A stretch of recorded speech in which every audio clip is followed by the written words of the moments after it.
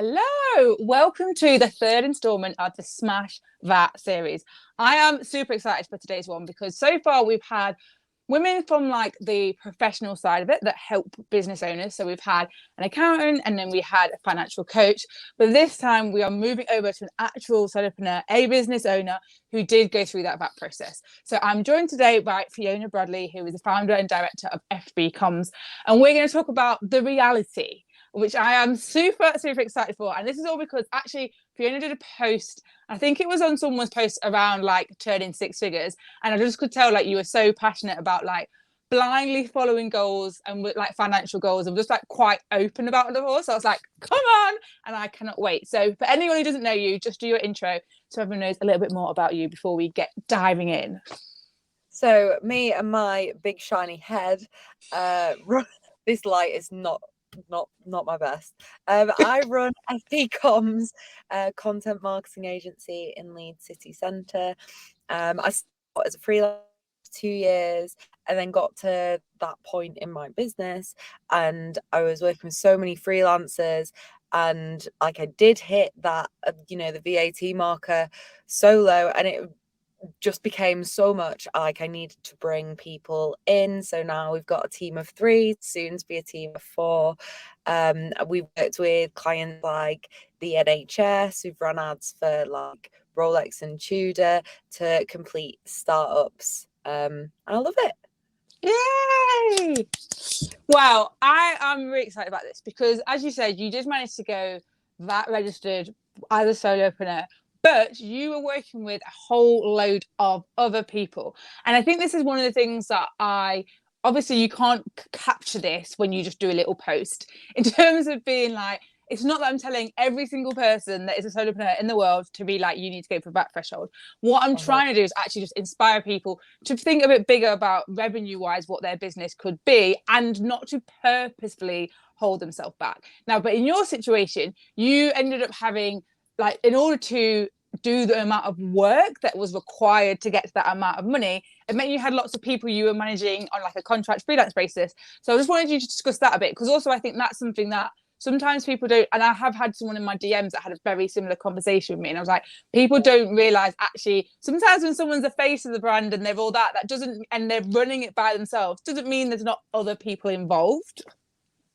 Yeah, because I mean there was so much admin involved when you've got that many clients and you need to spend like 20 minutes engaging off every single one every single day, like scheduling, reporting, like I suppose the lower value tasks rather than the content creation itself. I was outsourcing, and it just like things that I finally admitted that I'm not that great at. We had someone PR, we had someone on web development, designer, the virtual assistants who were doing like the scheduling and report and bits, and it became a bit of a nightmare, to be honest. And when I was scaling up that fast, I did it wrong. I undercut my prices, and the only way for me to, I suppose, make any more money or grow the business was to do more work and to take more clients on. And it was lockdown. I had nothing else except work. Very sad, isn't it? God, I should have done crochet or something. No. I was working like evenings and weekends, doing all these like contractor relationships, because whenever I did try to find contractors and freelancers to create the content, I suppose very high standards, and it didn't work out when I was trying to grow the business with freelancers alone. So like I felt like I really hit that ceiling, and I had a couple where I was on for the 6-figure dream. I was burnt. I had no time to spend any of this extra money. Like I was paying so many other people, I didn't see that. So it might have looked great on paper, but the reality is very different. So for me to then go in and scale that back and be like, actually, this wasn't the goal at all, and I've completely just got carried away with it, like young entrepreneur can do when your time is your money. Like, what if I just work this extra day? What if I just put in an extra hour here and there? And then you're like, I've got I've got nothing left for myself. And I'd like, because obviously, like, you're quite honest about that, like, desire and this, I suppose, from the speed. And that's also a very interesting thing about the growth. And that's one of the things when we were talking and have some of the other conversations I've had is this idea about if you set this then goal to grow your business and grow your revenue in that sort of way, that doesn't mean it's like, I'm meant to do it tomorrow. Because actually, if we want to have growth that can be sustained, it like going super fast isn't always the best thing. And I think sometimes it's really easy on the outside to be like, you know, it's all the overnight successes, it's the people that go from 0 to 100 in a minute that we praise, but actually that level of speed does have some issues. But what I'm quite interested with what was your drive, I suppose, to actually like keep on growing your business at that time? Obviously it was in lockdown, so you had the time to be like, right, I can work more and more, but was there like a reason why you felt this need to be like, I need to grow the business to be bigger and make more money from it? It's external pressure, isn't it? You feel like the question was always, oh, what next when you growing people, and I suppose I got not lucky because I put the work in, but had the network and was getting so many client leads in, and at that stage didn't want to say no, so kept taking on more and more and then trying to do it myself, really. Yeah. At your, I suppose, worst point, what sort of like overcapacity would you say you was actually working at? I think there was a few weeks. There was one read, but that was before holiday. I didn't draw my like hours, so that's way too much. That's like double what my team are expected to do. Yeah, that is crazy. But I think it's really like, thank you for sharing it, because the reality is as well for many people is like growth isn't linear, and there is definitely times where in order to get to the stage, particularly like in the sort of business model that you've got, it's like actually you do say yes to these clients, and then it's like you can only really get then the work and the support and the other people to help you once you've got them on board. And there is this thing where it's like the expansion, and it's like actually there will be crunch moments. There's moments where it is probably a little bit too much, but those should only be like momentarily, and then you get all the support and the resources underneath again and then continue. But it's, you know, it's a pattern that many people go into. I think the same way we can have talks about like feast and famine cycles, the same happens with when you're growing, that the points are like actually you end up having to be over capacity to then be able to get the resources to be able to build your capacity back up, and then it goes back to normal, but then you take on more clients and it keeps on going. Yeah, there's always going to be growth pains. I think the problem that wanted to have was hiring loads and loads and loads of people, then taking on clients just because we need the money, just because we need to keep them, rather than I can genuinely help these people and they are aligned with me and it's something that I really care about and I'm passionate about. So I'd rather have the work in and then need to hire people because we're at capacity, rather than just bringing in everyone and going in all ham on sale and whatever. I want to grow it sustainably, because if you're growing, I suppose, slower, then you've got a lot more autonomy over the processes and the culture. Like there's a few, I suppose, examples of companies growing way too quick and then just have like huge walkouts because everyone's like, well, it's a role. I'm trying to grow, like, and there's someone that like I definitely considered at one point whether I wanted to go down the agency route, and I was like, I know a lot of people that run boutique small agencies, and it is a very hard model in terms of balancing the amount of work, the amount of people you take on, and then therefore then the clients, because people do, I hear it all the time when people are like, I take on clients I don't really want to take on because I've now built this team and I need to keep the work coming in. And it's a real, like, it's a real dilemma for most small boutique, independent, whatever word you want to throw in there, agencies that are out there. Now, one of the things that, go on. I was just agreeing. Okay, just agreeing.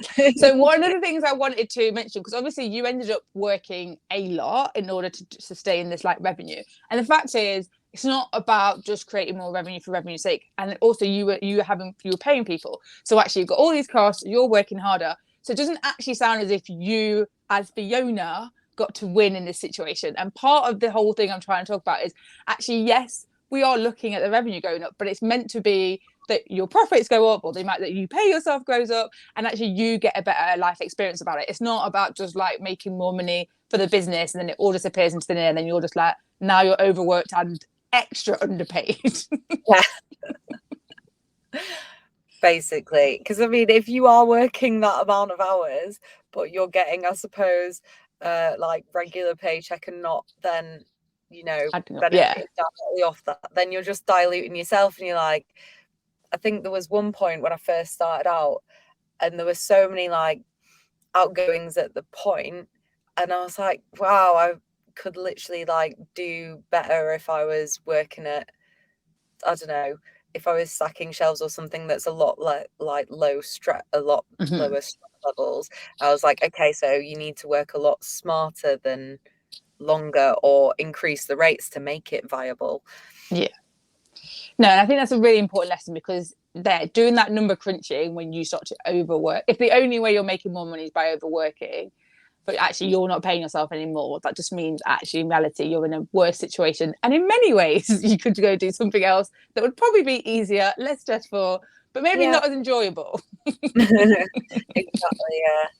You just keep having to go back to like, why I never went into this to get rich. I wanted to get out of my last like unfulfilling role. I wanted to make silly TikTok videos.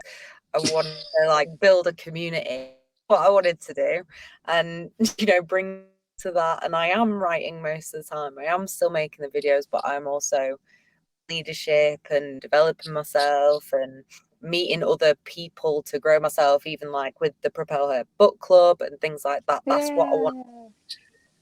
No, and I'm very, very excited to have you as a member. And I'm super excited because Fiona has signed up for next year. So if anyone is watching, you don't know, I run a book club called Propel Her's Book Club, and we have got membership open for 2023. 12 books across the year with other fabulous women that are all developing themselves. So I'll be sure to pop a link in that in the comments. But one of the things I want to talk to you about is the sort of aching pains of the speed of your growth, and going through that and hitting six figures made you really reassess, didn't you, about your financial goals, the finances of your business as a whole. And so it'd be interesting to talk a little bit about what that like reflective moment was like, and then what that has resulted to now, what your business looks like today. It was a few weeks of the same cycle. Like, my boyfriend was getting sick of it and I was getting stressed, and he was like, what are you doing to yourself? I was like, but I love it, I really love it, but just didn't love it enough to start compromising my physical health, my mental health. I'd taken a trip to hospital with what I thought was a heart murmur, because it was going like that, but it was actually because I've been stress running so much. I had cramp in the muscles between my rib cage and I thought I was dying. So that was a bit of a wake-up call. It wasn't. It was a lot less dramatic than it felt, but that was a real wake-up call to think, right, why am I doing this? Like, I can scale back on the amount I'm doing. Like, I can cut the revenue back, and that's okay, because that's not the reason why I'm doing this in the first place. If I, you know, still want to take these clients on or still continue the work that I'm doing because I love them all too much, then the answer was to bring people on full time, cut back on any kind of freelancer costs or anything like that, and grow the team slower. There is the pressure to be, you know, the 6-figure freelance stream or whatever, and it's not. And unless you're charging like an insane amount per day because you're incredibly talented and skilled, and or you can productize your business in content creation and in services, that's hard. Especially, like, I was 24 when I didn't have the, I suppose, experience at that time to be able to charge anything like those kinds of rates. So it was, I suppose, a frivolous goal, and made me step back and be like, where am I actually spending my time? Am I actually spending it managing all these people and managing all the admin, or doing the thing that I want to do? Yeah. And you make a really good point, because actually the fact is, some people's business model and their pricing will just never mean that hitting a certain financial goal as possible. And that is another thing that is like super valid, which is like, actually, if you are like, this is how many hours I've got, this is a fair price, we're going to be talking all about pricing on Thursday with the fabulous Sally Farron, and you're like, actually, this means that my revenue is generally like, I can make 60k a year, and that's what I can do by myself, and it's comfortable, and I like my life, like, that is fine. Like, go on with your bad self. There's nothing wrong with that.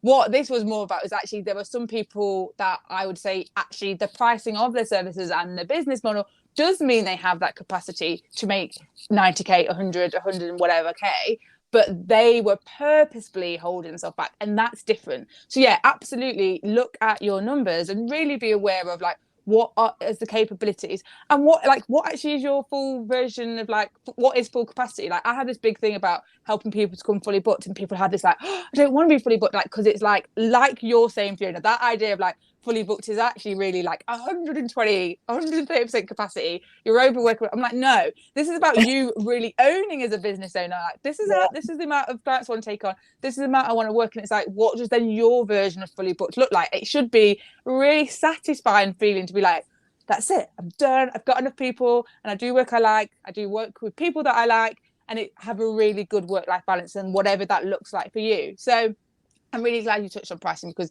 yeah, some models aren't for it, but also I know that you taking on a team is something, for some people it is like fear. They're like, there's no way I want to take on a team, I don't want to employ anyone, oh my gosh, I'm scared. So but it seems for you to have been better. But for you, on the whole, it seems to have been like, that's actually been a much better model than actually having all of these people that were contract freelance, and really like it, you've managed to, it sounds like, have less people to actually be managing. It's just now they're properly on your books, and it's the being on people's books that I think is what scares most people. Yeah. There are some wonderful freelancers out there, but I think I got caught in a lot of stuff that I saw online and LinkedIn, then actually work with people, you're like, oh, I spending a lot of time like doing things, you just I was so busy I didn't have the time, do my checking or anything.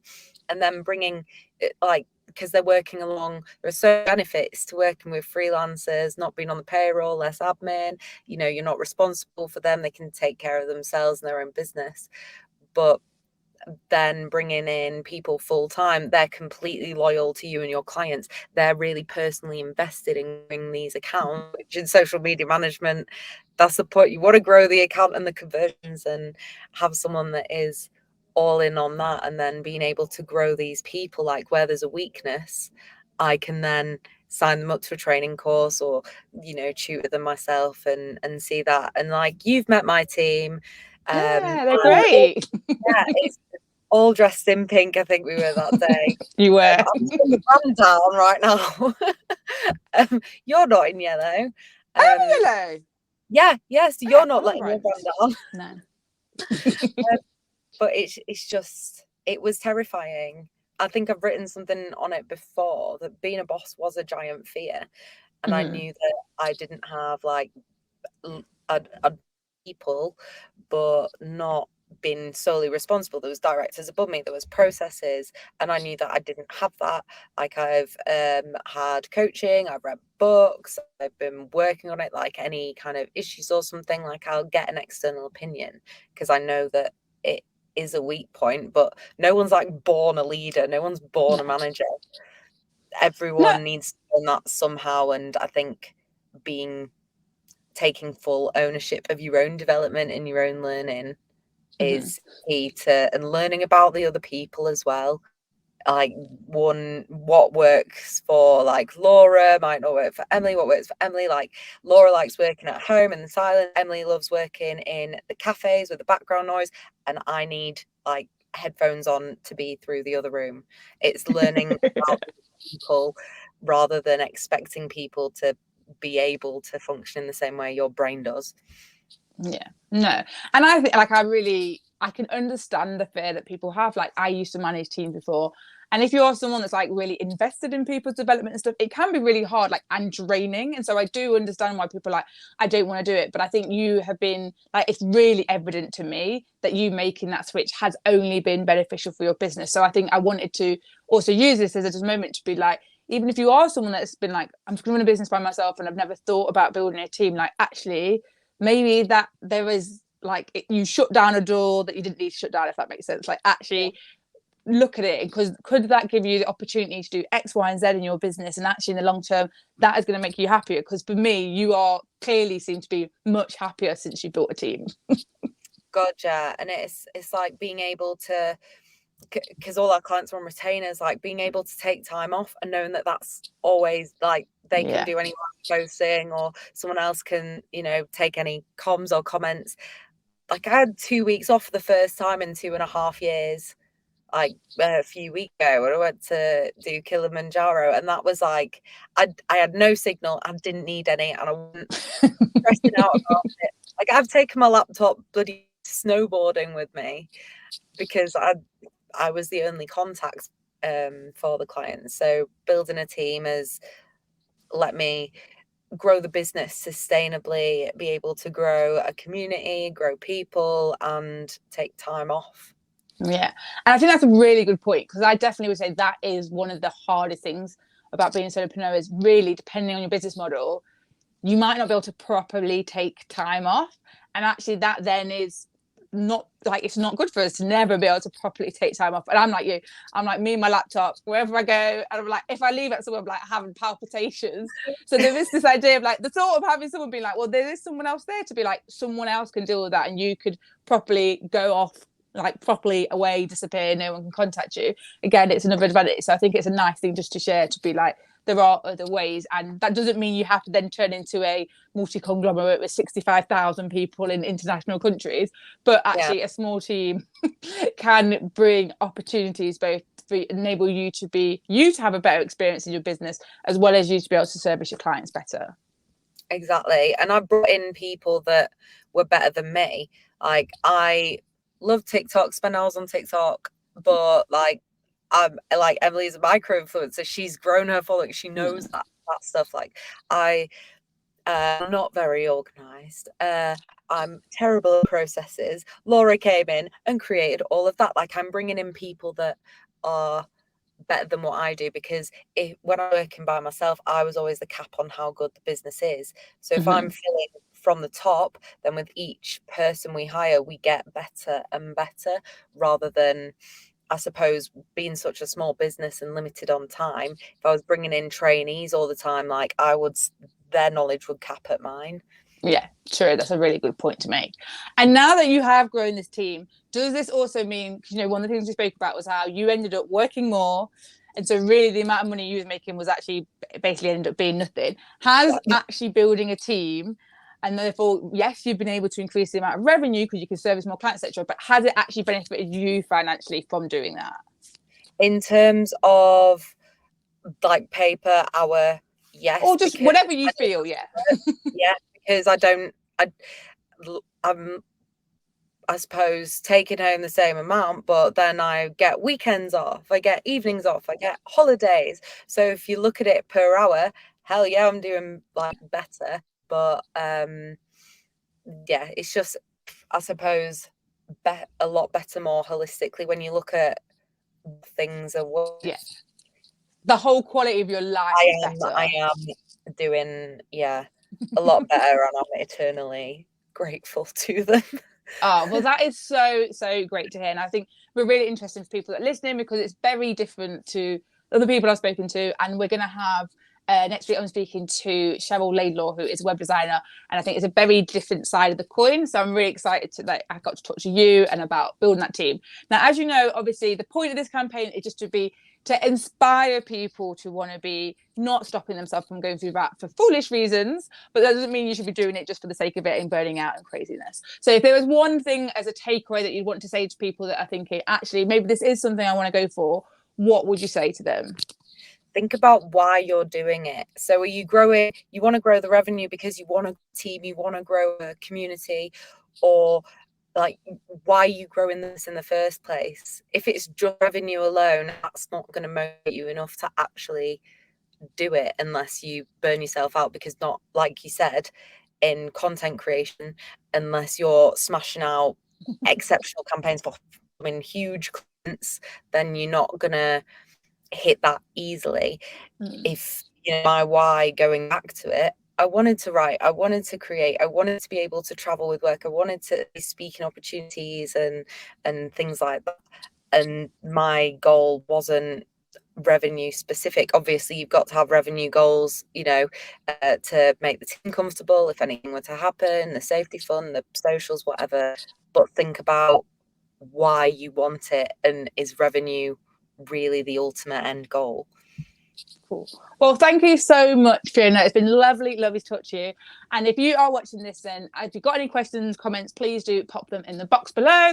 And we will be having next installation is going to be with Sally Farron on Thursday. We're going to be talking all about like the pricing side of it and really preparing yourself. So if you've made this decision, Sally is an expert at being able to be like, well, these are the things you need to do to make sure that you actually can make that transition in a sustainable way, in a manageable way, and one that actually works for you. So do tune into that on Thursday. And if not, I will see you soon. Bye bye. Thank you, Fiona.